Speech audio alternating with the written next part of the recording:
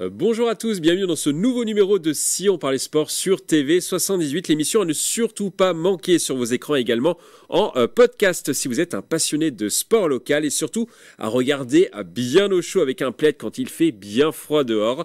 Pour m'accompagner aujourd'hui, les meilleurs chroniqueurs du monde comme toujours, présentation en musique comme d'habitude. On commence à ma droite, musique, il est presque à la retraite, bonne nouvelle pour nous, il aura encore plus de temps pour pouvoir venir sur ce plateau, il aura plus de temps pour travailler ses sujets. Le président Philippe Volac est avec nous pendant 26 minutes, pardon. Chrono. Eh ben, merci, bonne année à tous, bonne année à tous ceux qui nous suivent sur les réseaux, ça c'est important. Il faut continuer à nous suivre et en faire de la... Et en podcast également. Et en podcast, ça et voilà, faut en faire de la publicité. Voilà, donc effectivement... je suis bientôt en retraite. J'ai fait mon pot de départ il n'y a pas longtemps, il y a 2 jours. Donc voilà, donc je me prépare. C'est presque officiel. C'est presque officiel, voilà, c'est ça. On y arrive tout doucement. Mais ça va, je suis prêt. Mais on vous garde sur le plateau, ne vous inquiétez pas. Merci. On continue de l'autre côté à musique. C'est une véritable légende de cette émission, notre Mona Lisa, notre Vénus de Milo. Il s'est apporté un peu de poésie dans les débats. Coach Jean Miss, consultant sur le rugby yvelinois, est avec nous. Bonjour, comment allez-vous? Une bonne année, mes voeux aussi. Bonne année, effectivement, c'est la première émission de première émission de l'année 2025. Quelle présentation.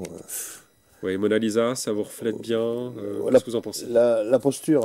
La posture. La posture. On va vous mettre au Louvre aussi bientôt? Ah non, je me ferai chier au Louvre.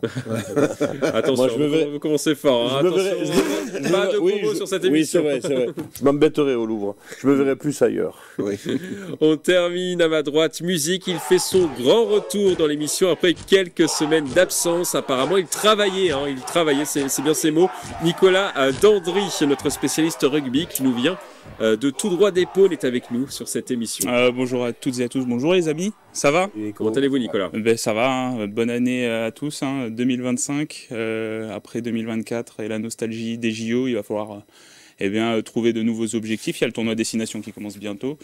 Et puis, toujours, il y aura quand même du sport. Quand même, du sport toujours local aussi, sport yvelinois, donc toujours au rendez-vous. D'accord, donc vous avez travaillé, hein, c'est ça, pendant votre absence? Oui, on travaille même pendant les vacances, le 25 décembre et le 1er janvier, avec 2 super reportages, hein, avec les pompiers du Havre. Et le 1er janvier, j'étais en maternité pour voir les premiers bébés 2025. Bon, on l'a bien compris, c'est vous qui invitez au resto tout à l'heure, du coup. Oui. Alors nous allons maintenant passer au programme de l'émission. Nous allons parler du futur stade du PSG. 50 ans, Yvelines figure dans les finalistes pour accueillir la future enceinte du club de la capitale. Nous parlerons également du FC Versailles. Est-ce que le club peut descendre dès cette saison? Mais avant de parler de ces thèmes, nous allons parler de voile. On va devoir sortir les mouchoirs dans ce Si on parlait sport. Après Louis Burton, notre dernier Yvelinois en course, Éric Bellion a dû se résoudre à abandonner ce dimanche 12 janvier après 62 jours en mer sur ce Vendée Globe 2024-2025. Son IMOCA Stanazwan était trop fragilisé au niveau d'une voile, ce qui pouvait entraîner une perte du mât. Il a enregistré cette vidéo quand il est arrivé à Port Stanley en Amérique du Sud. On l'écoute.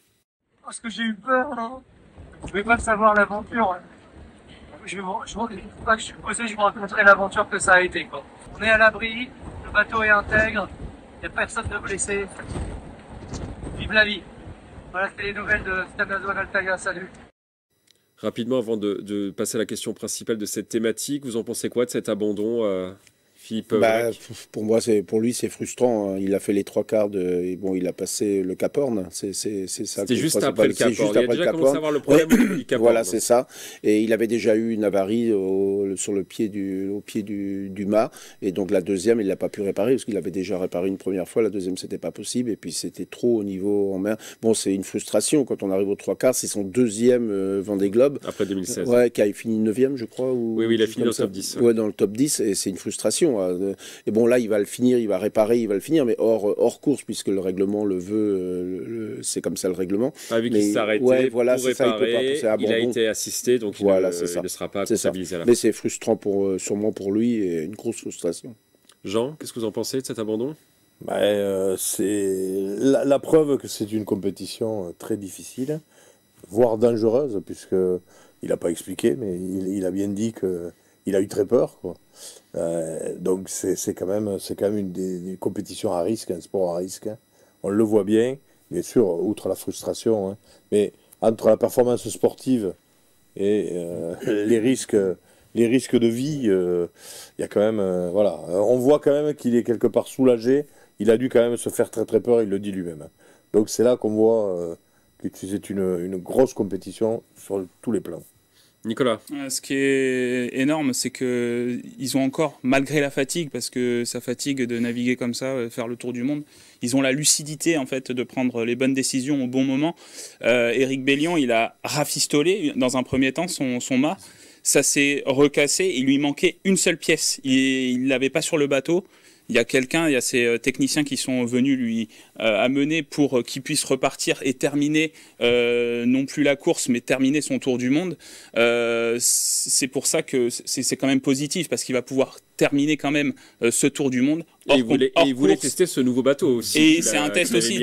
C'est peut-être aussi positif pour les prochaines échéances.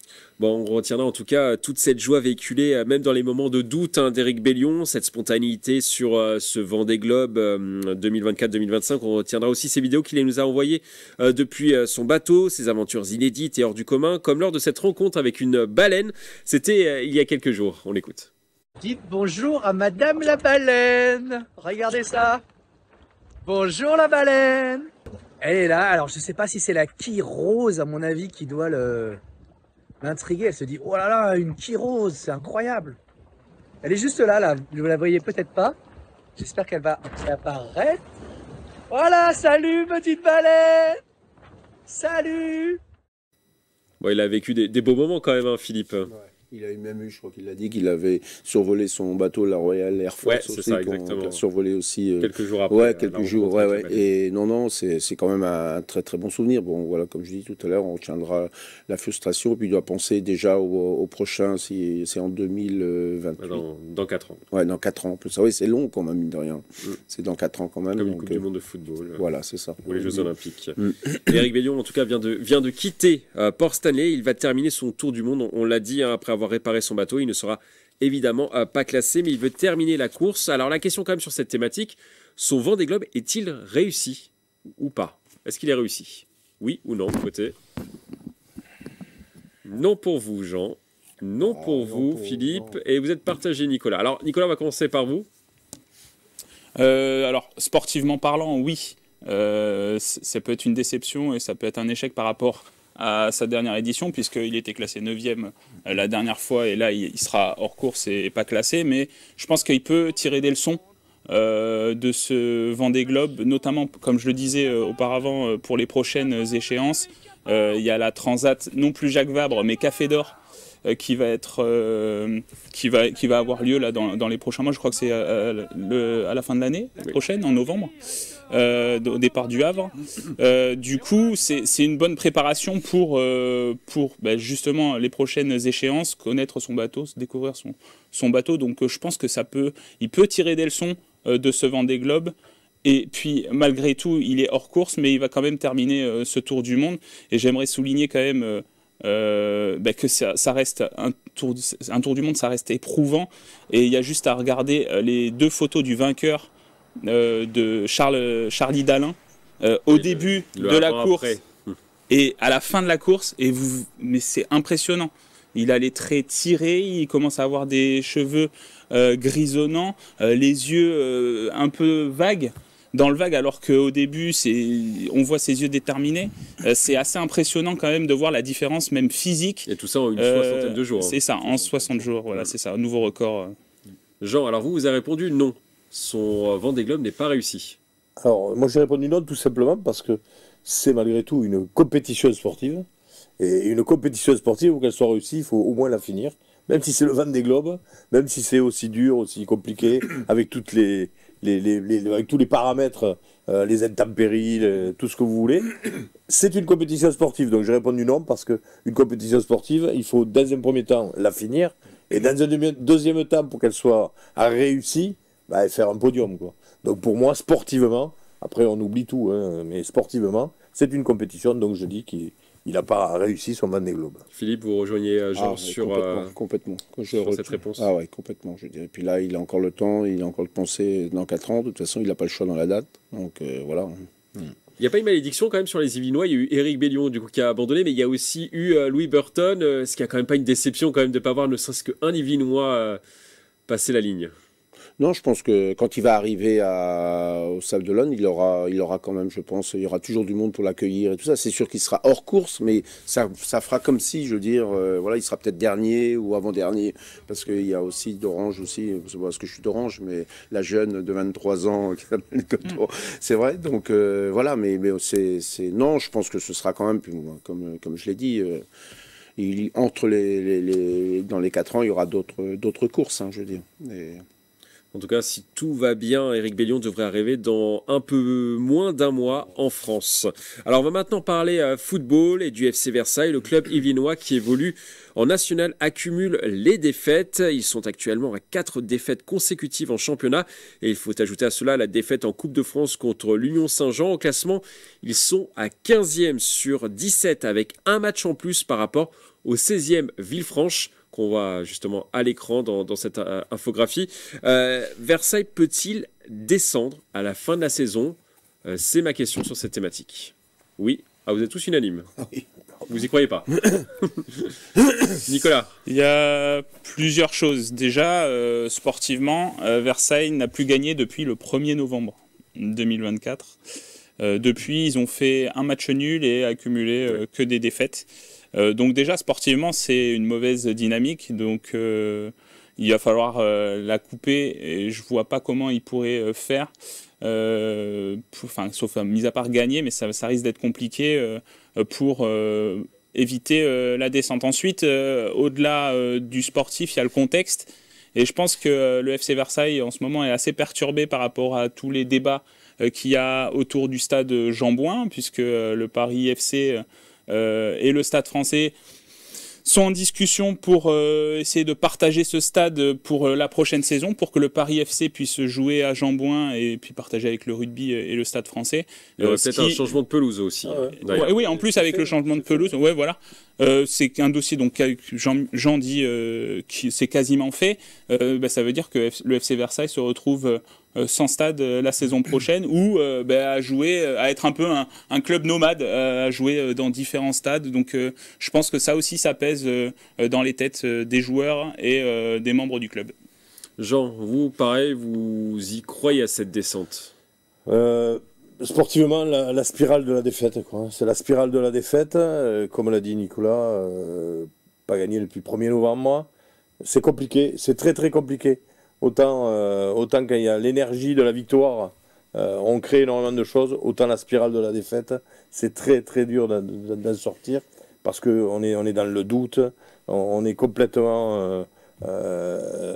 c'est difficile de mettre en place les choses quand on est dans le doute. Et puis, moi, on ne m'enlèvera pas de l'idée que ce changement d'entraîneur assez fréquent et régulier... le nouvel entraîneur est arrivé, du coup, c'était en novembre dernier, et pour l'instant, c'est effectivement très peu de victoires. Oui, mais enfin, moi... voire aucune victoire. Moi, je suis entraîneur, et je reste persuadé, alors je ne suis pas du dans le football, mais c'est la même chose pour moi, il faut laisser le temps quand même aux entraîneurs de prendre leur marque et de mettre en place leur jeu. Ça ne se fait pas d'un coup de baguette magique.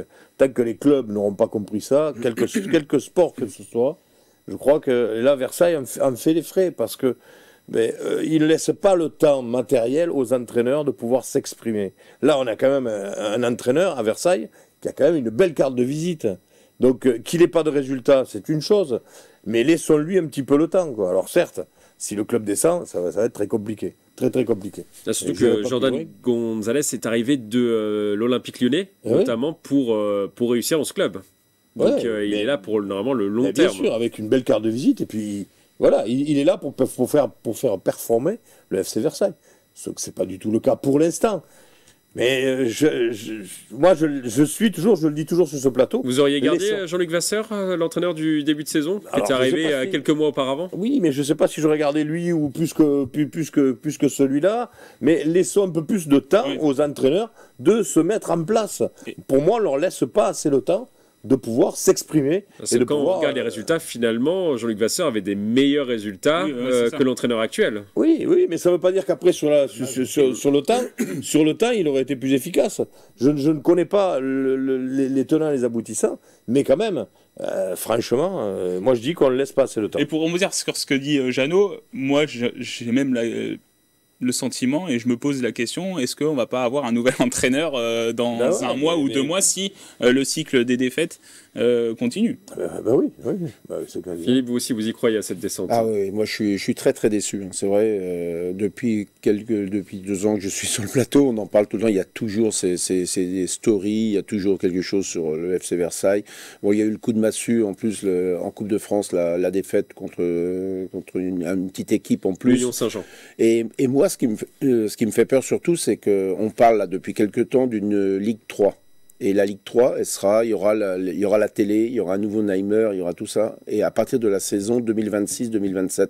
Et là, c'est le moment où il ne faut pas... Ligue 3, ils sont en Ligue 3, ils sont en National, c'est Ligue 3. Mais et là, il va y avoir de l'argent, les clubs vont avoir de l'argent, vont faire des innovations, là, sur l'arbitrage, ça va changer. Et là, faut pas descendre, là. C'est surtout pas descendre, parce qu'après, ce sera très dur de remonter. Et c'est dommage ce serait dommage de descendre. Bon, là, ils sont exempts ce week-end. Après, ils reçoivent Atlético, le derby. Et après, ils jouent Nîmes. Ces équipes, ils ont 15 points comme eux en 16 matchs. Là, ça va jouer là, aussi, entre autres, je veux dire. On le saura après cette série.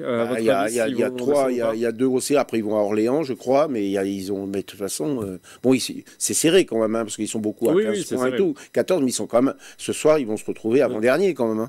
De toute façon, pour se maintenir, c'est pas compliqué. Il faut déjà qu'ils battent leurs principaux rivaux. Ça, c'est la première chose. Oui. C'est la chose essentielle. Et après, il faut qu'ils fassent un ou deux coups avec d'autres. S'ils veulent se démarquer des équipes avec lesquelles ils sont au coude à coude. Là, il va falloir cibler les matchs. Il va pas falloir le bilan de l'équipe, c'est 3 victoires, 6 nuls et 7 défaites. C'est ça. Et ils ont accumulé des matchs nuls aussi à domicile et des défaites à domicile. Je pense qu'il va falloir cibler les matchs. Déjà ne plus perdre à domicile, et puis après, comme le dit Jean, c'est cibler les matchs des adversaires directs au classement, quitte à ne pas s'épuiser sur des équipes qui jouent le haut de tableau, quoi. Sachant que je me demande si on peut appeler match à domicile, pour eux, match à domicile, parce que pour moi, ils jouent à l'extérieur. Pour moi, voilà. Donc, ils jouent à Chambly, ils jouent à Jambouin. C'est inquiétant. Et certains supporters, on le voit émerger aussi sur les réseaux sociaux, commencent à penser que finalement, c'est peut-être que de la communication, ce FC Versailles. Il y a eu les beaux maillots, il y a Pierre Gasly comme propriétaire, il y a le partenariat avec Combini. Est-ce que finalement, c'est pas que de la com, finalement? Qu'est-ce que vous en pensez? Oui, il y a de la com, mais il faut quand même les résultats derrière. Je veux dire, si tu vas pas vanter une équipe, faire de... Parce que les maillots sont quand même vendus 90 €, et apparemment, ils ont été pas mal vendus aussi, notamment auprès des étrangers. Je vais prendre un exemple. Je vais comparer à une équipe qui joue en national, le FC Rouen. Pour avoir fait quelques reportages sur le FC Rouen, et notamment une boutique éphémère. C'est la folie à Rouen. Il y a un attachement à ce club qui est assez dingue. C'est un club historique de la fin 19e siècle. Ils ont fait une boutique éphémère. Ça a cartonné pendant 1 mois au moment de Noël. Ils ont décidé de maintenir la boutique en centre-ville à Rouen. Et ça, c'est un club structuré. Il y a des supporters, ils ont leur stade. Et après, il y a un gros débat en ce moment par rapport à QRM, c'est Quevilly, Rouen Métropole. Est-ce qu'il faut fusionner les 2 clubs ou pas? En ce moment, le FC Rouen a la main pour devenir le club dominant de cette métropole. Et on voit que là, c'est structuré. Là, le FC Versailles, c'est pas aussi bien structuré que ça en national. Alors, le FC Rouen a un historique aussi plus important à ce niveau-là que le FC Versailles. Mais là, on voit que c'est structuré et qu'il y a un projet qui est viable. En tout cas, prochain match pour le FC Versailles le vendredi 24 janvier prochain. On leur souhaite bon courage pour la suite de la saison. On continue à parler football, mais plutôt d'un projet 50 ans en Yvelines. Et parmi les finalistes pour accueillir le futur stade du PSG, l'agglomération est dans une shortlist de 4 noms pour accueillir une enceinte de plus de 60 000 places sur ses terres. Le projet parisien s'étend au-delà du stade. Les dirigeants prévoient sur le site des hôtels, des commerces, des restaurants, afin de créer un vrai pôle d'activité. On écoute Jean-Michel Fourgousse, le président de 50 ans en Yvelines. quand même le plus beau stade du monde qu'ils veulent construire. C'est un investissement quand même très significatif de près d'1 milliard d'euros. C'est quelque chose qui aussi apporte à chaque commune. Ça apporte des moyens, ça apporte une animation, un esprit sportif, une image internationale. La réponse pour le futur stade du PSG pourrait être connue au premier trimestre 2025. Les travaux pourraient durer environ une dizaine d'années si tout va bien. Alors la question sur cette thématique, Saint-Quentin-en-Yvelines, est-il le grand favori, messieurs? Oui ou non? Non pour Nicolas Dandry, non pour Jean Miss et partagé pour vous, Philippe Volac. On va commencer par vous, Philippe, du coup. Ouais. Pourquoi? On a parlé de com tout à l'heure pour Versailles. Pour PSG, c'est à peu près le niveau au-dessus, mais c'est de la communication. Oui, ils vendent un peu plus de maillots quand même. Ouais, oui, c'est un peu plus cher. Ouais. Et c'est de la communication aussi. On va le savoir là, mais il faut penser quand même. C'est sûr que ça va coûter 1 milliard que ça va coûter. Ouais. Mais bon, ils ont de l'argent, le Qatar, ça c'est pas un souci, c'est pas un souci pour eux. Mais faut penser que c'est dans 10 ans aussi. Il y a 10 ans, il y a ceux qui vont pas être d'accord. Il y a les archéologies, il y a tout. Et c'est pour ça que ça va durer 10 ans maximum, normalement. 10 ans maximum.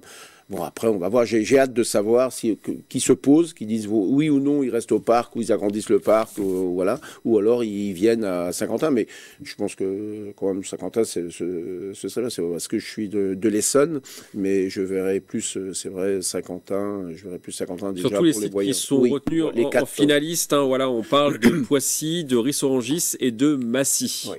Et du coup, le 50 ans. Ouais, moi, je suis confiant aussi. S'ils partent du Parc des Princes. S'ils partent du Parc des Princes, 50 ans Yvelines pour vous. Jean, alors vous, non. Vous n'êtes pas convaincu? Alors non, moi je ne suis pas convaincu. Alors certes, pour la prise de décision, là pour une fois, ils ont le choix dans la date, c'est premier trimestre. Premier trimestre, normalement. Attention, ça a été repoussé. J'espère que ça ne va pas changer. Ensuite, moi, jusqu'à présent, j'étais favorable parce qu'il y avait beaucoup d'arguments. Maintenant, il y a le tout dernier qui est arrivé, c'est Massy. Et Massy, le gros avantage de cette structure, c'est le transport. Massy, c'est accessible par tous les moyens. Tous les moyens. Il y a tout. Il y a le TGV, il y a le RER, le train de banlieue, les bus, il y a tout. Donc, c'est proche. Saint-Quentin, c'est vrai, c'est à côté du camp d'entraînement, tout ce qu'on veut. Il y a de la place. Massy n'est pas non plus si loin que ça, quand même, par rapport au... Massy, le gros avantage de Massy, c'est le transport. Et quand on sait que pour voir du monde, et pour attirer du monde et pour suivre le PSG, c'est quand même une des priorités. Donc je me dis qu'aujourd'hui, pour moi, ce serait bien que ça vienne là. Mais pour moi, Massy a quand même une grosse carte. Et je ne sais pas si... après, je crois que c'est la superficie qui est un petit peu plus réduite. Bah, au niveau de Saint-Quentin-en-Yvelines, on est sur 50 hectares, du coup, proche de l'île de loisirs de Saint-Quentin-en-Yvelines. Massy, on n'est pas sur ces dimensions. Mmh. Mais quand même, le transport... même par la route aussi. Partout. Il y a tout. Pour l'accessibilité, c'est le site idéal. Idéal. Nicolas, je reste cohérent par rapport à ce sujet qu'on a abordé maintes et maintes fois dans plusieurs émissions. Ça commence à se préciser. Oui, mais est-ce que je reste cohérent? Je ne crois pas au déménagement du Paris Saint-Germain dans un autre stade. Et je pense que le Paris Saint-Germain restera au Parc des Princes. Ce sujet est uniquement politique. Moi, j'attends, oui, la décision de la présidence du PSG. Mais dans un an, il y a les élections municipales.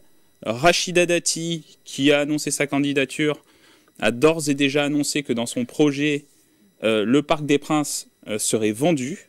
Ce que Anne Hidalgo, qui ne se présente pas, a rappelé cette semaine dans ses vœux que le stade ne serait pas vendu avec sa candidature. Mais il n'y a pas de candidature Anne Hidalgo pour l'année prochaine, donc le sujet est réglé. Rachida Dati est en pole position au niveau des municipales 2026 pour devenir maire de Paris et donc accepterait de vendre le Parc des Princes. Admettons que la présidence du PSG décide de déménager... Oui, mais aller vite, sur 10 ans, vous savez aller vite. Ils peuvent très bien attendre un an supplémentaire pour voir qui sera maire de Paris pour savoir s'il faut déménager ou pas du Parc des Princes. si ça doit aller vite, ça ne mettrait pas 10 ans. Enfin voilà, hein, c'est juste aller vite. Alors si pour vous, Michael, 10 ans, c'est aller vite. Non, mais voilà. dans la prise de décision. Oui, mais dans la prise de décision, ils peuvent très bien attendre un an si le stade sort de terre d'ici 10 ans. C'est votre position. On l'accepte, on verra ça dans quelques semaines. Attendez. Admettons que la présidence décide de déménager du Parc des Princes. Je rejoins totalement Jeannot, que Massy est en pole position de par les transports. RERB, ligne 18, A86, A14. A14, A86, vous voyez ce que je veux dire, c'est très accessible et A6.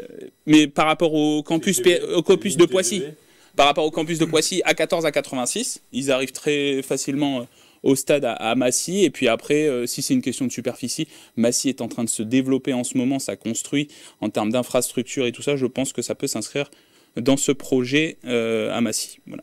Bon, ça sera le mot de la fin sur cette émission. On devait parler de Victor Wembanyama qui sera de retour mardi prochain dans sa ville du Chine et Rocancourt pour notamment inaugurer des terrains qui ont été financés par les Spurs. On en parlera dans la prochaine émission. Alors c'est déjà du coup la fin de cette émission. On va terminer comme d'habitude par une citation. Aujourd'hui, je vous propose une citation de la légende du basket, Michael Jordan. Je peux accepter l'échec, tout le monde échoue dans quelque chose, mais je ne peux pas accepter de ne pas essayer. Je vous laisse méditer sur cette phrase. À bientôt sur TV78.